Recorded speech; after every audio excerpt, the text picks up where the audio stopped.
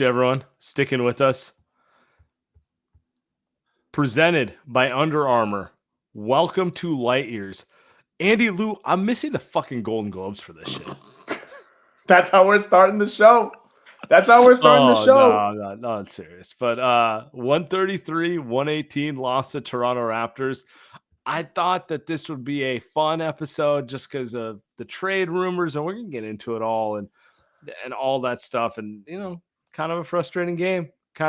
I think my big takeaway from watching these guys tonight was everyone's playing like they know changes are coming in the next month.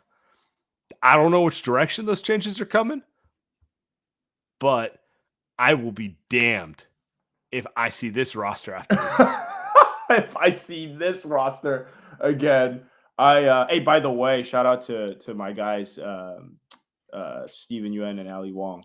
Beef won an award, I think. I don't really remember what they won it for, but shout out to that. So I know that's what happened in Golden Globes. Maybe the Succession will win a few. I know they've got like 15 people up for Best Actor or something like that. So we'll see how that goes. But Best Actor, that's the opposite of what the Warriors are. It is hilarious because maybe some of the podium performances where they act like everything's cool could go up for Best Actor. But yeah, even Steph looks tired emotionally out there. Tonight it's hard to get angry at tonight's game because it feels like this is a team that knows that this is the end for them. Because it feels like this is like the core guys that have been together forever. You could throw Wiggins in there and Looney in there. It's been the core guys for 3-4 years, right? Like those core guys. And we say this every other night, but really the way that they gave up tonight, they gave up in that second quarter, felt like a team that knows. All right. There are no answers. There really are no answers left. So, there's no point getting angry. They started the the version of the lineup that we've wanted them to start all year, at least without Draymond. You get the Clay, Wiggins, Kuminga around Steph in a big lineup. All the wings, in theory, should be a good defensive lineup. In theory, that's their best two-way lineup. And, on paper, it's like what you kind of expect, right? And what happens? They come out, they look flat as fuck. It's just like, Yep. And that kind of sums this Warriors team up. You and I can go insane over every little micro decision Steve makes. And tonight he made some bad ones once again. Yeah. But it's just, can we just say they need to shake it up because they don't believe in each other. That's kind of where I'm at with this team. Wiggins is playing worse than Minnesota basketball. Draymond's not around the team. Clay is enigmatic. Steph, who we haven't even mentioned tonight, one of the worst games I've ever seen him play. He looks tired, dejected. Yep. They look like they need it shaken up, not for any one specific basketball reason, but just because sometimes you just need a change of pace and you need something different. Because these dudes don't believe in each other. They know they're not going anywhere. They know the trade deadline's coming. And they played like it. They played like it the whole way. Yeah, it's a little sad. I think that's the right way to put it. The right way to capture the atmosphere is that I think the players don't believe in each other. I think the players don't believe in the coaches. The coaches certainly don't believe in the players. And the front office has shown, I think with all the rumors that are swirling out there, it's obvious that front office is shopping guys as they should. And I think that's as they should. Right. It's just it's all interconnected in how screwed this team is. And I think it is actually really fitting that it happened against the Raptors in front of the team that I'm sure Mike Dunleavy and Masai Ujiri are having discussions before and during and after the game right now. And felt like a little bit of a showcase game for guys like Kuminga and Moody and even Wiggins, if you want to call that a showcase game. But those are chances there, and the Warriors showcased something. He played like a dude who didn't want to have to, sell his house. Don't send me home. Move. Don't send me back home to Canada. Yeah, I don't. I mean, that was. It's hard to not look at it that way, where it felt like dudes who are like, I know what's going on out there, and I don't want to be traded, so I'm going to come with some lethargic effort. in general. We saw the visual pregame of Dunleavy talking to Masai Ujiri. I don't know. This is going to be, I guess my main takeaway from this is, tonight's January 7th. Most of you are listening to this on the 8th, 1 month to the trade deadline. It's only getting louder. It's only going to be a bigger story. I feel like in general, the Warriors have tried to be that team who's above the rumor mill. We don't need to make a move. We like our team. They don't do the LeBron stuff, right? Yep. They're a LeBron team. Yep. Did you see the Chase Center booing and leaving early? Yeah, that was reminded me of like Pete Cohan era. I was like, wow. I'm back in my I'm back. But like, I mean, I think you and I more than anyone agree with this. People aren't stupid. They know what they're watching, So, well, we didn't go live after the Pistons game, but I saw that fans were chanting for Moody to go in, which I thought was hilarious. I thought that was actually the story of the Pistons game. Is that I think fans are becoming pretty. It's becoming pretty obvious that this team doesn't know what they're doing out there, and that goes for everything on down, from front office to coaching staff to the players. Like it's not just about, oh, these players are playing terribly. It's obvious that nobody there has any idea what they're doing, and Bay Area fans don't normally boo. Obviously, both of us grew up here with our teams, respective teams. Bay Area fans don't boo unless they absolutely. This is not Philadelphia fans where they boo an 11-1 team. Bay Area fans only boo when it's justified. Tonight, it was justified. I would say like it's generally a get behind the team crowd. Yeah. Like the general instinct is more to support. Yeah, but they're not dumb. I grew up going to Oracle my entire life. A lot of booing during that era. Justified, by the way. Booing. In the chat, Dave Geiger is saying it's not just Warriors Twitter, it's casual fans who want Moody out there. I think the thing that resonates with me is I get people who are not online constantly talking to me about how like everyone knows when it smells bad. Like it's just like I don't need Giants Twitter to tell me that the Giants were moving in a negative direction the last year, right? Yeah. We all saw it, and there's been periods of time with like the Niners. You could say the same thing where you're just like, oh yeah, look, man, I don't need our guy Jason Aponte to tell us they suck. We know they got years, a lot of booing. We know they got issues. By the way, we're gonna get Aponte on this week to preview some playoff football, but tonight's not that night. I wish it was. Yeah, right. Anyway, but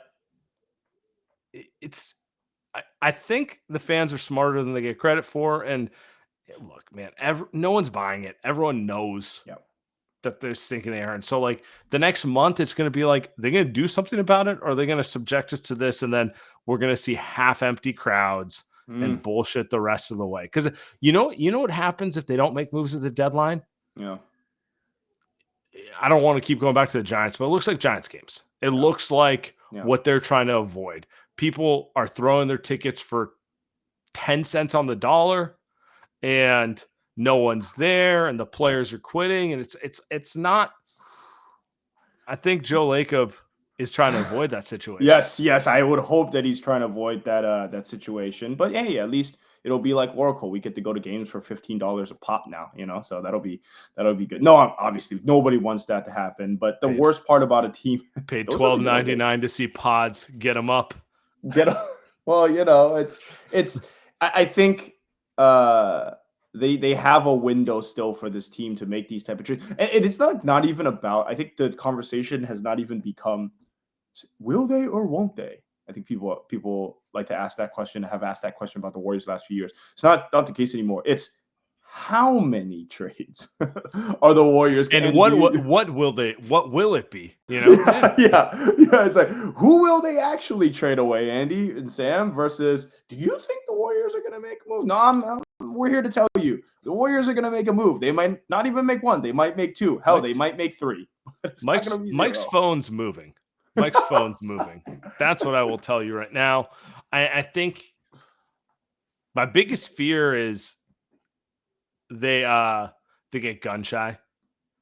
And they're like, well, let's just do better in the offseason. And then we just got to watch this more. That's my biggest fear. But can I argue the other side, the optimistic side as a Warriors fan? I think you just made the argument. I think they can't take the risk that this team is going down where it is right now. Them, the Lakers, and these teams in the lottery pick that are spending a crap ton of money out there, the last thing that they want to do is pay a crap ton of luxury tax and then not get any gate revenue for playoff games, at least not even try to get that. So I would think that there's less of a chance of them saying, like, we're not going to do anything, or, hey, let's just sell off some players so we don't have to pay as much on the tax. Like, I feel like that's pretty unlikely that that's going to happen. Plus, they don't have their first-round pick. I know the chat brings it up every show. They don't have their first-round pick. It's getting sent over. But they do after this year. But I do hear what you're saying, chat. That does limit their ability to wheel and deal for the next 30 days, for sure. Should we pay some bills real quick? Yeah. All right. Before we get to you guys, some other topics. Let's go. Light Years podcast tonight, every night, all season is brought to you by Under Armour. Steph Curry makes you believe you can do anything, and the Curry 11s are specifically designed with ultimate bounce, grip, and stability to allow everyone to do their thing. New generations of ball players are coming up and showing the basketball world that the old rules do not apply. The future is exciting, fast, positive, and hungry. This NBA season, rock with your favorite player and rep his shoes on and off the court. The Curry 11s are perfect for both the committed and casual ballers. The UA Warp Tech makes the shoe feel like it was designed for your feet. Locked in no matter what you do on the court. Stop in your tracks with the dual density UA flow cushioning and traction. An emergency brake you don't even notice. Steph's 11th signature shoe steps into the second decade of his sneaker career, pulling colorway inspiration from the wonders of a positive and modernized future on and off the court. Take these kicks with you when you leave the scrimmage and rep UA wherever you go. Do your thing, change the game. Curry 11, Future Curry, available now at currybrand.com. And now for our fitting Light Years podcast sponsor tonight, Lucy. Lucy makes next level nicotine. If you're tired of buying the same mediocre pouches everywhere you go, stop settling, switch to Lucy. Lucy stands out in an otherwise boring market because every other nicotine pouch company is owned by Big Tobacco. Lucy has pouches with flavor capsules for an instant rush, nicotine strengths up to 12 mg, and gum with actual flavor. Lucy is made by people who love using nicotine for grinding at work, for watching the Warriors give up and lose by 30, or taking the edge off in the morning. It's what I'll be doing, Sam, tomorrow morning on a Monday morning. Since they know Lucy products have unique features like a double-sided lid that has a disposal area for your used pouches. Lucy is a perfect desk side companion, whether that's 8 hours of Photoshop or 8 hours gaming your face off until 4 a.m. So skip stopping at the gas station. Order online, lucy.co/lightyears, and use promo code lightyears to get 20% off your first order. Lucy offers free shipping and has a 30-day refund policy if you change your mind. That's luci.co. Use code lightyears to get 20% off. Always free shipping. And here comes the fine print. Lucy products are only for adults of legal age, and every order is age verified. Warning, this product contains nicotine. Nicotine is an addictive chemical. It is indeed addictive, such as Warriors basketball. Such is. So we're in deadline season, and Raptors reporter Michael Grange throws out an article pregame about Warriors are unwilling to include Kuminga in potential trade talks for the Warriors.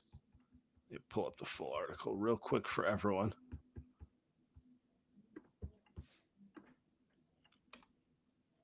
And Andy, did you read this article? Did you catch into this? Unfortunately, yes. No, I'm kidding. Fortunately, yes, of course. This is peak trade deadline season article. I cannot wait. Let's go. What do we got? Yeah, like my main take from this was, okay, so the Warriors are not willing to include Kuminga, and it looks funny tonight when you're watching it, even though Siakam played what? B minus game. I mean, he didn't really even have to try because RJ Barrett owned the Warriors. So it's not like Siakam played poorly. He got whatever the fuck he wanted when he went for it. And Kuminga, bad start to the game, but I thought he had a nice second half getting into it for what it's worth.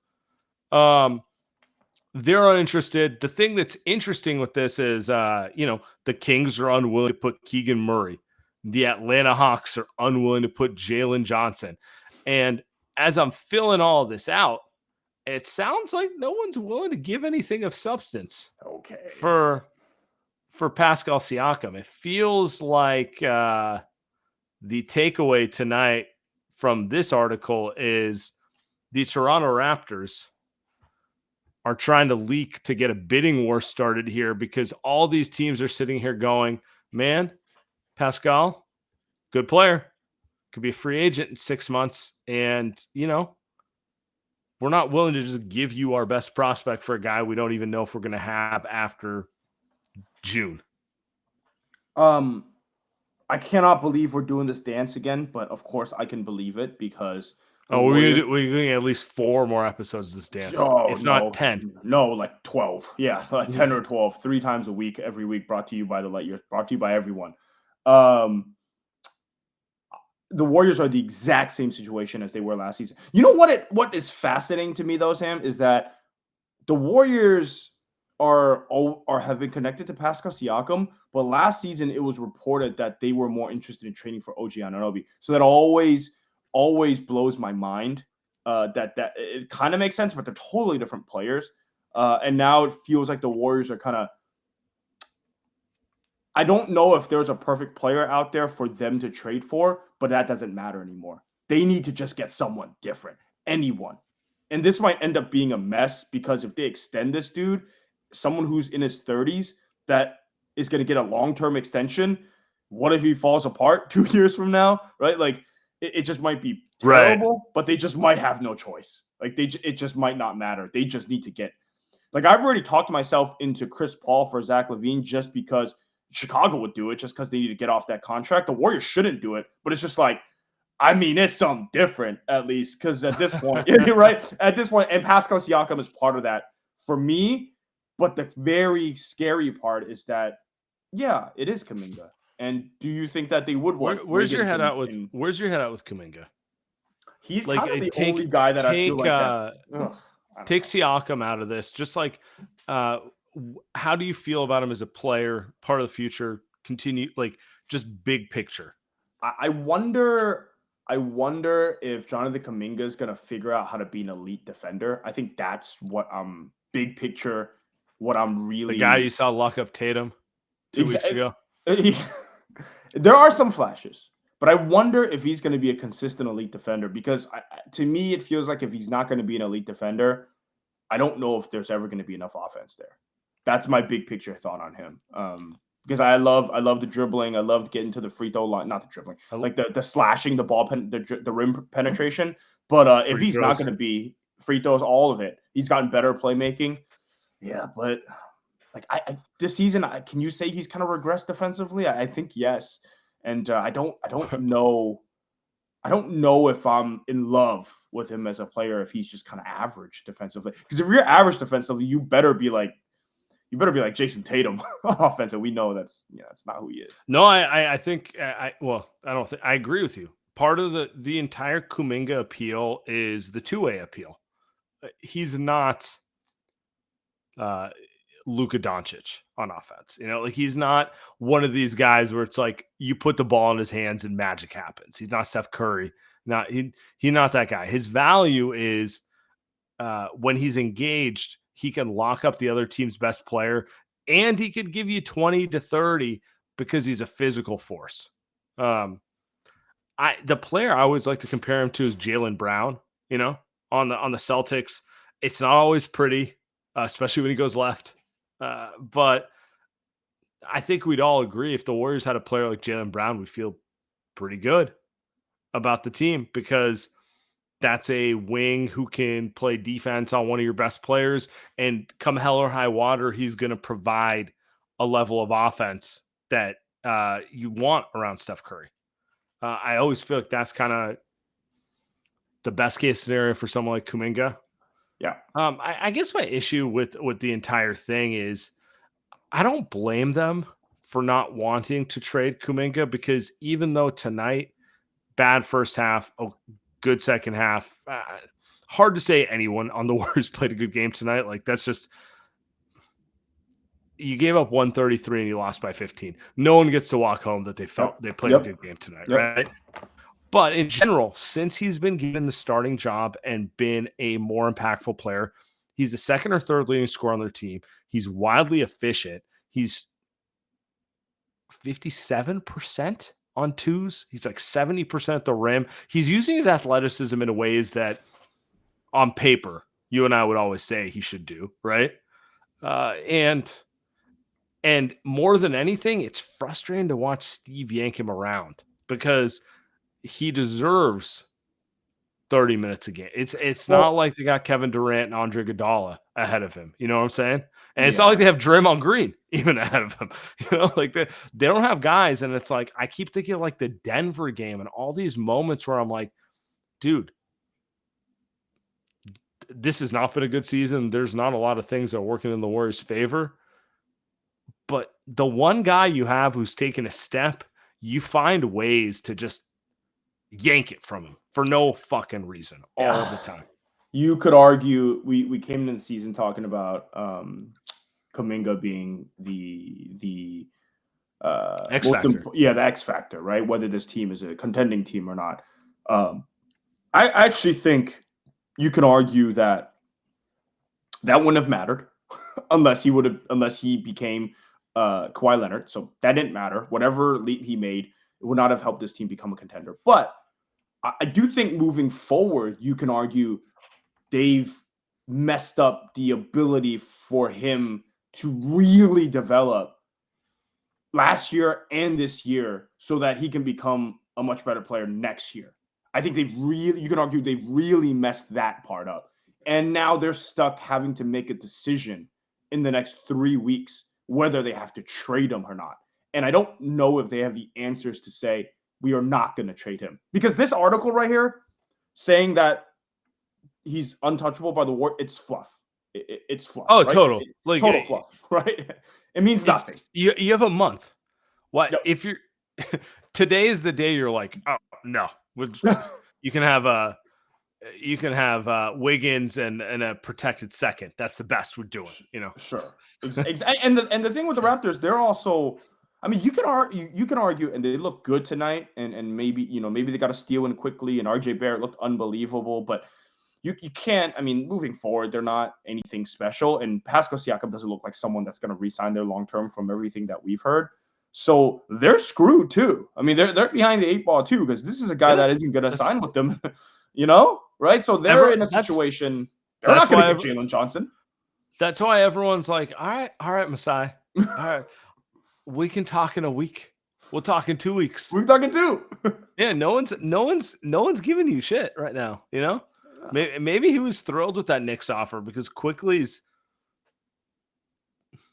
better than he's going to get for Siakam, maybe. I don't know. Do you think he's going to do better for Siakam than the Knicks package? Well, Quickly and RJ Barrett, right? And you can argue how good is RJ Barrett, but and the Pistons second round pick, which is a late first round. Yeah. So, do you think he's getting more for Siakam than he got for OG? No, because no, you're not, because OG's younger. He fits teams better. Right. Extension's going to be less. Not as one-on-one talented, but much easier to fit on a good team. Yep. I mean, like, we'd rather have OG probably, right? I think the Warriors would rather have OG. Replace Wiggins with OG, and because then you don't have to worry about Kuminga shooting because OG can hit a fucking shot. Right. You have to worry about Wiggins shooting theoretically if he stays because OG can hit a shot. I mean, he's a perfect. He's a perfect fit right now for the Knicks, aren't they? Don't the Knicks look awesome? I mean, every team wants a wing who can guard everyone and can play off ball, which he can do, right? Like that's his thing. The thing about OG, now we're going into this I think larger discussion, which I like, is that OG's skill set is that he's an elite on-ball defender, which I think Kuminga is not, and then Wiggins certainly is not right now. And then OG is also, he's like a legit 3 and D, right? Because he can actually shoot threes where Wiggins apparently cannot now when he could have. And then Kuminga, I don't know if he'll ever be able, I don't know if he'll ever be able to. So you can argue that even though that their athleticism, I don't know how really up and down athletic OG is, but just in terms of size and stature, those guys are all kind of similar, OG, Wiggs, and Kuminga. But I mean, you could say OG's by far the best kind of team fit guy. Outside of that one season for Wiggins, outside of that one, which will never get taken away from us, Andrew Wiggins, that one season. But just right now, moving forward, it's OG looks like that. No, it's the ability to change the game defensively while fitting in offensively. Because like just to take it back to Siakam's a hell of a defender when he's engaged, and he can do a lot of things. But if you have him on offense, you have to run offense through him. He's not a guy who fits around other people. Yeah. It's kind of like, because he's not a shooter, even though he's been weirdly hitting threes the last couple of weeks. He's kind of like, you want him to get the ball in the post. You want to run pick and roll with him. You want to use his playmaking to your advantage. He's not the way Wiggins was 2 years ago or the way OG is now, where it's like he can play off ball. So I don't know, man. Let's end the Siakam topic right here. Okay. Anything in the last 24 hours change your opinion on Siakam to the Warriors? No.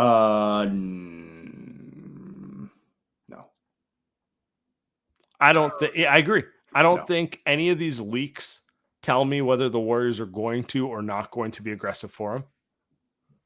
And it's not like I saw anything tonight that made me not like him as a player. I think he played. The irony is, we were joking about it. We're saying he's either going to go for 50 or suck. And if anything, I would say he played like a perfect good game. He didn't take over. Yeah. But he just did what, and part of it's just because the game sucked. But it's kind of he didn't stand out, but he didn't play poorly at all. Yeah, the Warriors stand out because they stand out terrible. I think it's interesting that reports now are coming out that the Warriors, because remember last show I was like, oh, it's interesting that they're not talking about the Warriors and Siakam. And then right after Kuminga, does his little charade with Shams, it comes out immediately Warriors are going to be a name that the Raptors are going to be interested in. And I'm just like, oh, they weren't before Kuminga was missed. That wasn't. So it's, it's always funny, but no, it hasn't changed my mind. I mean, I'll stick with this prediction, Sam. I'll do it every day, every show. I think they're going to trade 3 guys, 2 moves. And we're going to see a brand new team. You said it's a LeBron team. What would a LeBron team do? They'd make 4 trades. They'd have a brand new. You're correct. It wouldn't be we traded GP2 for a shooter. It would be out. Half of you. Draymond, you're gone. Yeah. And Moody, honestly, you're gone with Chris Paul. We've danced around it, but does Steph not give the vibe that he's over this? Yeah. Can we talk about that maybe then for a few seconds? Yeah. Steph was bad tonight. It's been bad for a few weeks, honestly, for his standards. And he looks like someone that's either we talked about him being mentally worn down, but I'm officially going to say he's physically worn down.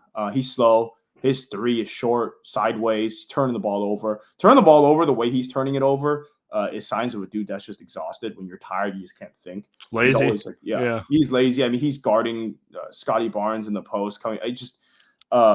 The Raptors just every possession.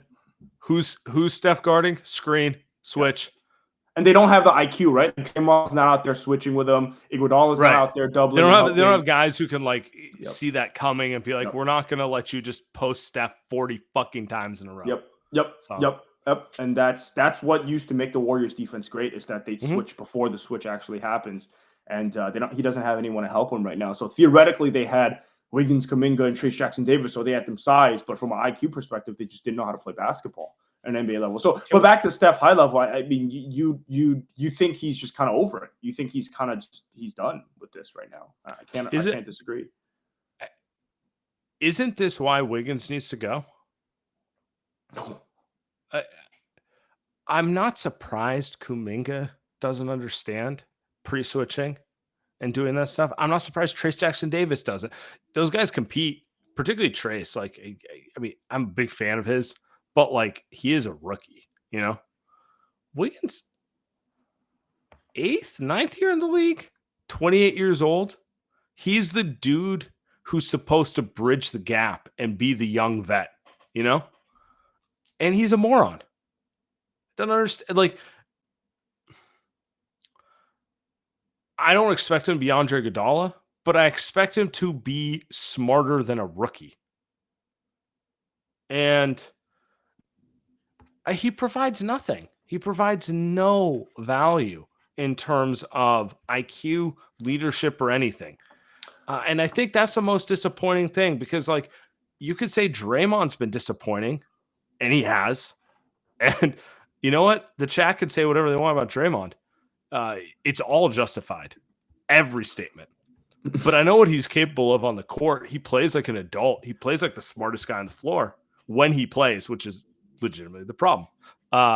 Wiggins, I would expect him to be able to out IQ a young player. And I wouldn't even, to me, for the money they pay him, I expect more. I'm sorry. I don't know if he was ever the smartest player. He's always been a great guy that can fill around the edges, that became a great role player. What's embarrassing to me is the effort, though. It's pretty great. It's great, too. It's pretty disgusting. Now, hey, look, this whole team has had disgusting effort to come out. It wasn't just him. But when you talk about the season as a totality, like Clay's rebounded, right? Like Clay's become kind of normal Clay after a rough month to start the season. Wiggins is not. He's just been consistent. We're halfway through the season. How are you still this bad? Yeah. All right. That's he's not. And I just want to be clear. He's not the only problem. But I just sitting here going like, you make $25 million. You make more than Draymond Green. It matters. Sorry, you don't get to take PTO, but like, I'm sorry. Like, people have different expectations depending on their salary range. And so my prediction is he's gone at the trade deadline. I don't think he's the only one gone, but I think he's gone. I think when you're looking at this team, can't just float through it like that. Like, expectations are higher on you when you're 28 years old, when you're one of the higher paid players on the team, than this. Sorry, it just is, Yeah, I think there are a couple of guys there. I think Chris Paul, you can argue too. All right, are we gonna get to do you want to go one more topic, or you want to get to the goon? I have one more topic, should we do game time real quick? Yep, we'll go to game time. All right, so Light Years Podcast is brought to you by Game Time. You shouldn't have to worry about when you buy tickets to your next big event. Game Time is the fast and easy way to buy tickets for all the sports, music, comedy, and theater events near you, with killer last-minute deals, all-in prices, views from your seat, and the best price guarantee. Game Time takes the guesswork out of buying tickets. I actually used Game Time about a month and a half ago going to a rave. I still go to raves. Give thanks out there in Cal Palace. Didn't know Cal Palace was still a thing. But hey, what was great about it is you could it gives you the best value as you move towards game time, so to speak, right? It gives you the prices go down. You get to pick the right spots. So I loved it. It's amazing. Game Time is the only ticketing app that gives you complete peace of mind with your purchase. See the view from your seat before you buy, so you know exactly what to expect when you arrive. All-in prices show your total up front, so you know you're getting a great deal before you check out. Game Time has deals on tickets right up to the start of the event, like I was talking about, and even an hour after it starts. It's the place to find last-minute seats. The app is amazing. It's a lot better than all the other apps that you use for ticket purchasing as well. You can find exclusive flash deals and sponsored deals on tickets for football, basketball, baseball. I'll be using them for the Giants, concerts, comedy, theater, and more. Download the Game Time app, create an account, and use code LIGHTYEARS for $20 off your first purchase. Take the guesswork out of buying tickets with Game Time. Terms apply. Again, create an account and redeem code LIGHTYEARS for $20 off. Download Game Time today. Last minute tickets, lowest price guaranteed. One thing to get to before the Goons, Chris Paul out 4 to 6 weeks, broken hand. We may never see him on the Warriors again. I'm not sure. We're not going to see him on the Warriors again. We're not going to see him. Yeah, I mean, if you're asking me, I think he's getting traded. I think he's gone. I think he's going to get bought out. He's going to be a Laker. That's my prediction right now. You can play this back. Whoa. Wow. Sheesh. I think he's going to get traded to some – because the only teams who will trade for him are mid-market teams, and they just want the salary cap relief. It'll be like the Russell Westbrook move. Mm-hmm. So I think we're going to see him on the Lakers. I think we're going to see the Warriors play the Lakers on ABC post-trade deadline with Chris Paul. Woj is going to talk about some bullshit. Anyway. Oh, boy. I might be the only person. I want to thank Chris Paul. It's been a shitty half season, and his play on the court is at least part of the reason it's been shitty. He's small. He dominates the ball. They don't play Warriors basketball, but I'll say this about him: the dude's a professional. And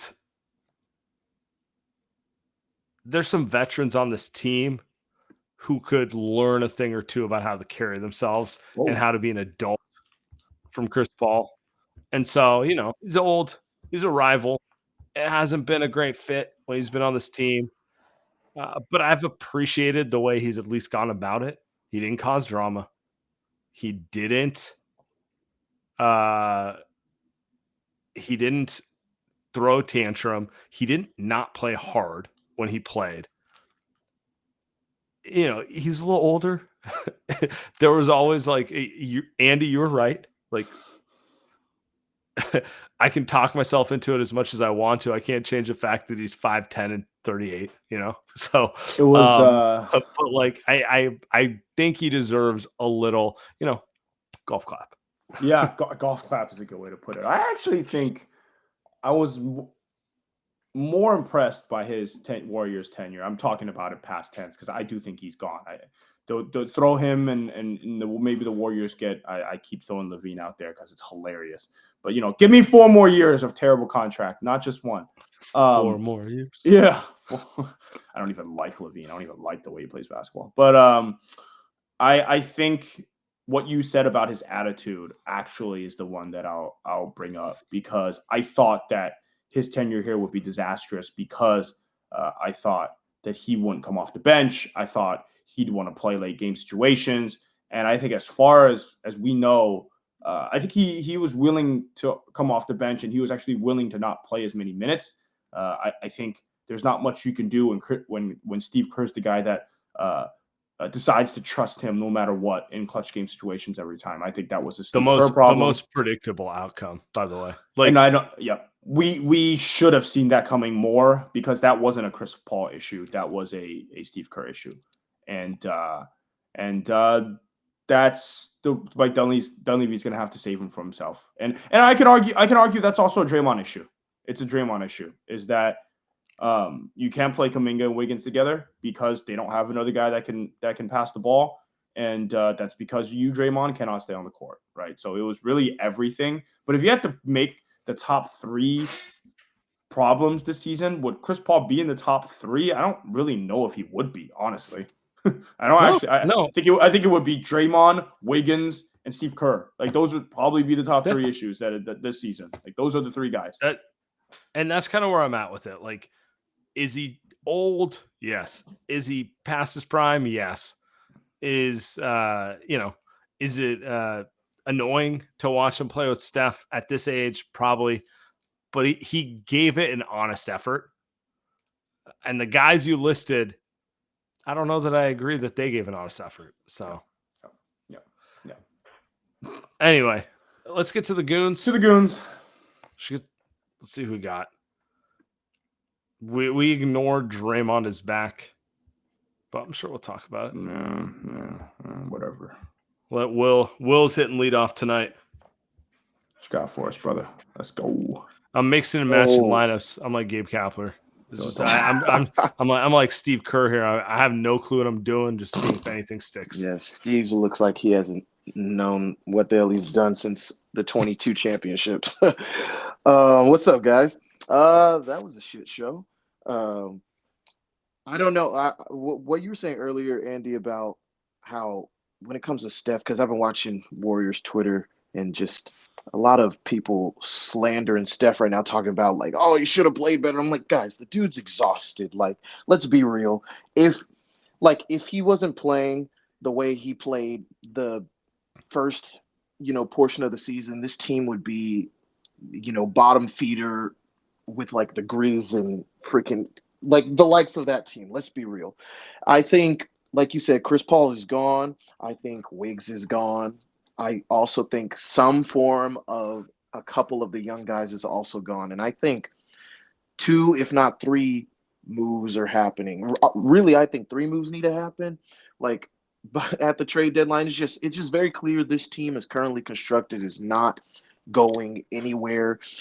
And honestly, I don't even know if after the trade deadline, whatever moves we make, we're gonna be anywhere near contention. I think if anything, it might just be a setup for potential more moves in the offseason. So I don't know. What do you guys think about that? Yep, I agree. Appreciate it, Will.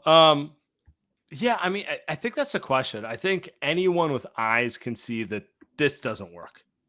Doesn't work. They're not building towards anything positive. And I'm just curious how aggressive they're going to be at the deadline, because I do agree with you. I think Chris Paul will be gone. Wiggins will be gone.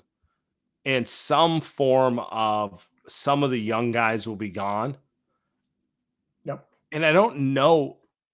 In theory, hopefully it all happens at the deadline. It would not shock me if it carried over to the offseason, though, And that's the part that, like, we'll see. Like, it's because, like, the scariest outcome for me, Andy and Will, let me just say this, is they feel like they can't get the deal they want, and they just don't do much at the deadline. And they're like, we're just going to make changes in the offseason. And you and I are just stuck watching this shit show for another 6 months.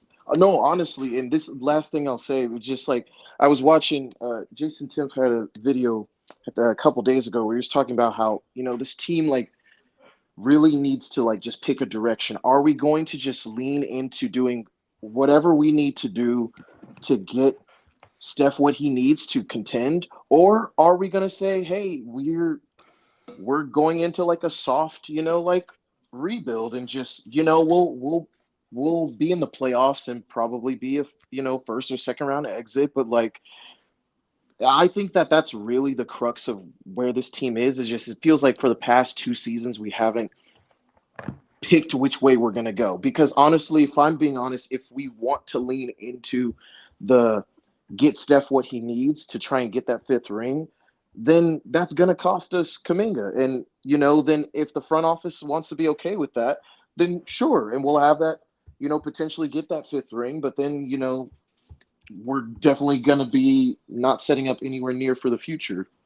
Right? Yeah. That's the one. That's the one that I think they're going to have some real fun discussions, because it is going to come down to so we're just going to go all in, but we're not going to be that good anyway because just the guys aren't that good. Draymond can't stay on the floor, and Steph is kind of slow to step down, and Clay's kind of all over the place. Like, we're going to do this, and we're just going to throw away the next 4 or 5 years, and I don't know. I'm just saying, I don't. Go ahead, sorry. No, I agree. I agree with you. It's like it sounds great to get Siakam without giving up Kuminga.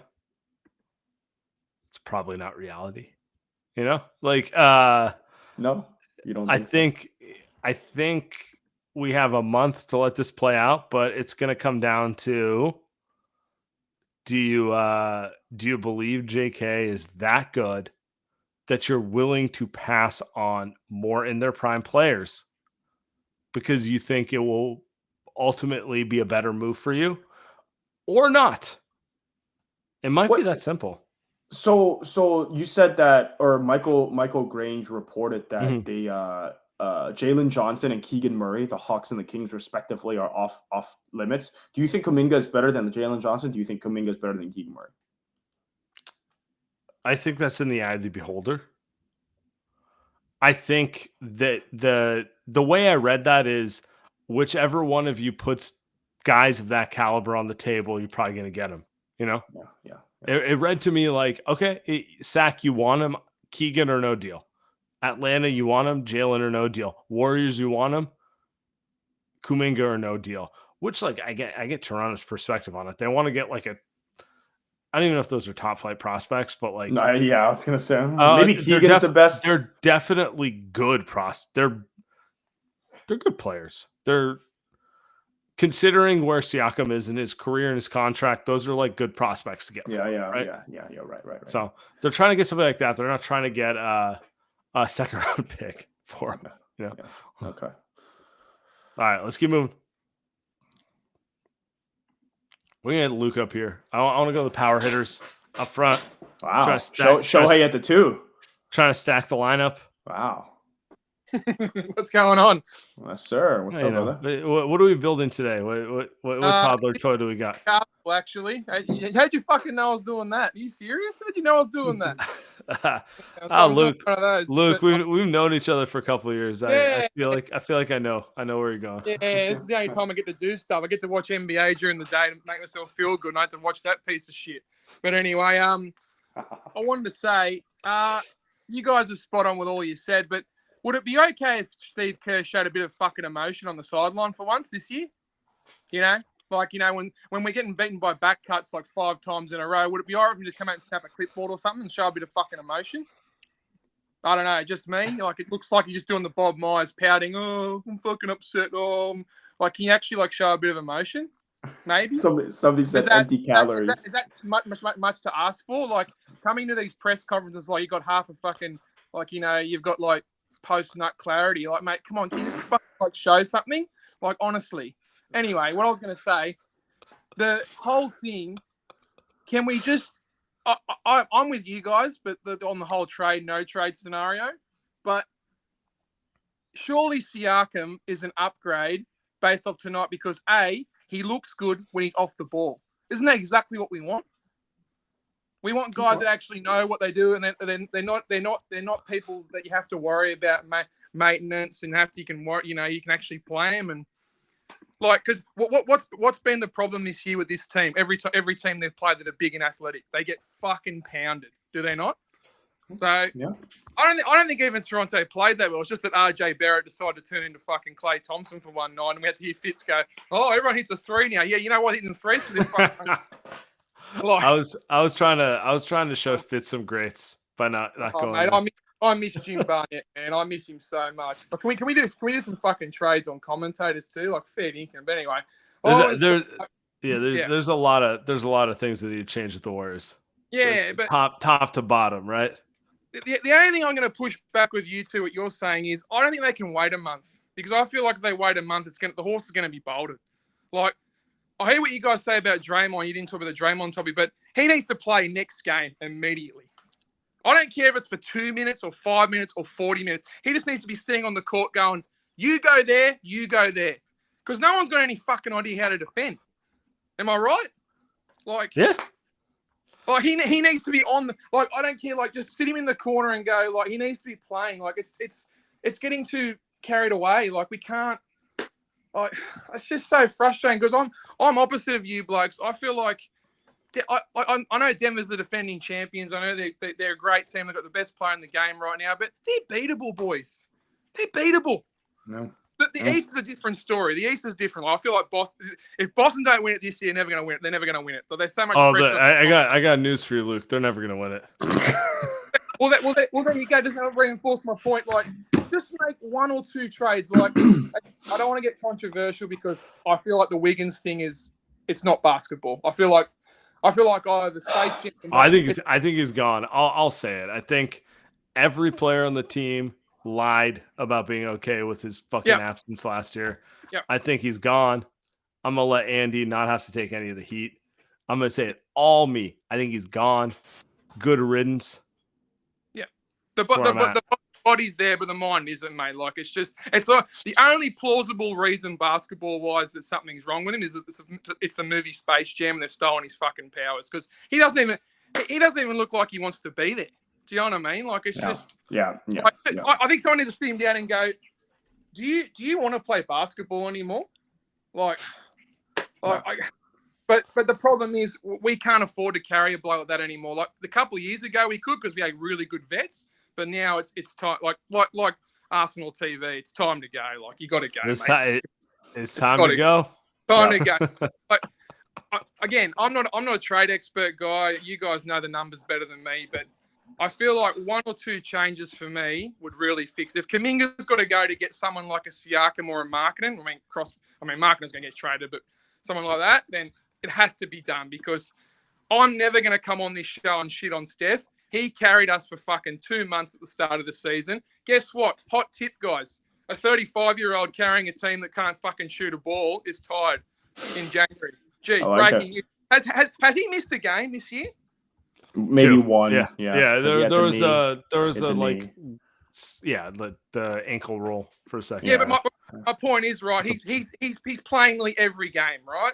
The fucking Lakers, LeBron's got Anthony Davis there just throwing a ball. Yeah, grab a ball in the hoop. Yeah, that's sweet. But what's Steph's got? Clay to his credit, he's stepped up. Oh, that's why I always believe now. I always back that bloke to the end. But anyone else?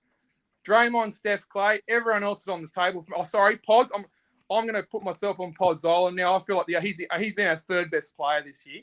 I feel like he can't, unless it's someone superstar. I feel like he has to stay because he's the only one that plays that gives a shit. For me, I don't know if you boys agree, but no, it's fucking doing. I agree with you, Luke.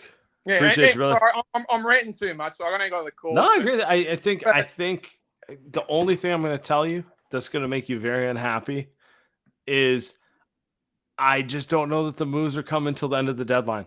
I really don't. Oh, I think you got 3.5 more weeks of this. It's clearly affecting the team. I think you watch them and you're just like, oh, it's going to be like this the rest of the way to the deadline. And, there's only so many Barbies I can take, Sammy. I'll start tearing. Barbie was a good movie, by the way. I'll say that. The movie was good, but fuck me, putting the doll, mate. You're going to find out very soon, Andy, what it's all about, mate. Dollhouses together, mate. Don't you worry. I'm not a builder. Thanks, Luke. I'm not. Appreciate you, brother. God, I love him. All right, let's go. I got nothing to add. I think the high level takeaway is if you're expecting moves, you got to watch at least 10 more of these babies before you get them. Oh yeah. And I think there will be moves. And I will say on every show there will be moves. There will be. You get the Pelicans on Wednesday at 5 p.m. Hey, why is that game at 5 p.m.? Can you explain to me? For ABC. Yeah, but for ABC, it's Wednesday. What do you mean for ABC? It's a Wednesday night. It's a new move that the league's doing to desperately pump up ratings. Okay. See, this is why I need you, brother. I have no idea. Like, what is a 5 o'clock? Who's gonna be at Chase on Wednesday night? The answer is always your face level assumption. Is my takeaway. Yeah, Adam Silver's IG filter. It's not gonna look good on TV. It's not that. No, it's gonna be miserable. And honestly, even if the Warriors were good on amazing, that's a rough time. There's just realities to life. Yeah. I don't know. Good luck. I'll watch. Andy's gonna be streaming it from his phone at 5. I will be. I gotta be at the gym. Confused how to get it working. I will be. Not even confused, just like tech difficulties. I will be happy though because we can do our stream early, right? I can go to sleep early, right? So yeah.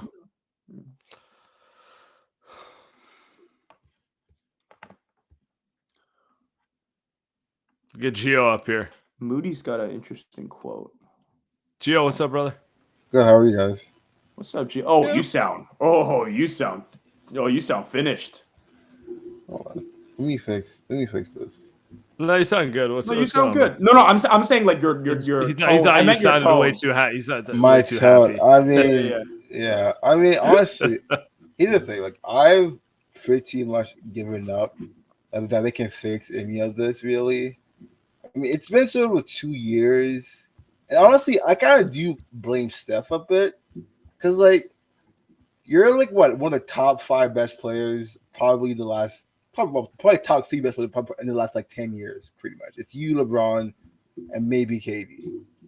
And like, and the last 2 years, you've allowed this org to mess around with your like Hall of Fame career for no reason. Like, I see no urgency from him at all, really. Like, I know he's tired and all, but like, if they're gonna make him move. Like, I expect you to be a little bit better than like the last like month or so, and I expect you to put a bit of a pressure on this org to actually try to be better the next like 3 months until like maybe the offseason and the next 3 weeks. That's my take, honestly. I think that's pretty. I actually agree with that one. I will say though, he and Sam, while I do this, can you bring up that Moody quote if you can see it? Okay, cool. Because he was the guy that said, "Hey, we need Wiseman out of here." So I think you're gonna get Steph locked in this trade deadline. Like I think he knows. All right, we got some fun. Mo, what do you think is your best pathway to sticking in the rotation, like in terms of what you bring out there on the court? Like a lot of the stuff that has happened, like, I mean, coach, they told me that a lot of it is like out of my control. They're saying like even when it first happened, they're saying I was doing all the right stuff, playing good, but circumstances, situation, things that I can't control. So obviously taking a self-conscious route, I mean, there's obviously something you can do better always, something I could do better to control, but I mean, I feel like I've been in a good rhythm, been in a good flow all season, so I don't want to try to change things up just because the situation has changed. So just sticking to the key things that I remember during the game that keep it solid, keep it steady. Oh, can I just say, it's really hard not to just like root for him. Yeah, because he's been fucked for like how does he not play more? He's not a perfect player, but like he's literally everything you want. yeah. And like the dude will run through a wall for you at any time. And he's also like pretty fucking good, you know? So the Warriors are going to trade him, and I do think they will regret that one because he's a perfect role player, and he's going to be a perfect role player for a long time. And I feel bad for him. I think anytime I hear you swear, I always get a little shocked because you don't swear much, and I can tell you're frustrated. You know, I am too. Like he seems like Moody. I think for a guy that doesn't usually say anything, I think this is as much as he can say by saying, "I don't know what it is." Right? Like I think him saying like "I don't know" is as much. Like I think that's as publicly angry as you can get for someone like him, and I feel bad for him. I feel bad. Conspiracy theory. Do you think he's letting the world know that guys play above him for political reasons to showcase their trade value? Will Moody be the starting small forward after the trade deadline once they move Wiggins, once they move Chris Paul, once the rotation settles? Yeah, I'm asking for 24 minutes. I don't even need a starting position, to be honest. Yeah, give me 24. Am I asking for too much? No, I'm asking for I want 20, honestly. Yeah. Oh boy. It's hard for him. You know, we saw the report last week, and how many teams in this league do you think you play 20 minutes for? 15 minimum. I'm at 25. Man. Yeah. Oh my goodness. Yeah. I think Denver would play him 22 minutes. Oh, Denver's the best. Yes. Denver's the best team in the league. Obviously they're the defending champs. He's better than Christian Braun. Better than like a lot of their rotation. They could absolutely just slot him in there to give him like 15 to 20 minutes a game. So as like we watched Peyton Watson, like he's a decent player, but Moses Moody is could easily take some of his minutes, right? Like Yeah. Miami Heat. What do you think he would play on the Miami Heat? Yeah, I think you're right. Miami Heat, we'd be big on. Oh, the Heat found another dude. 1,000%. 1,000, especially with the number of injuries that they go through too. Like that's a perfect team that he'd be perfect for them. 25. Yeah, the only teams that he wouldn't play as much on is I'm watching the Lakers and the Clippers. They've got it on my background TV. Like, would he play 20 minutes from each team? Absolutely. On both those teams. He's just a perfect fit for those teams. You think he'd play 20 minutes for the Warriors, but apparently not. So yeah. I don't know. We'll end it here. I say we end the night. Appreciate everyone. Love you all.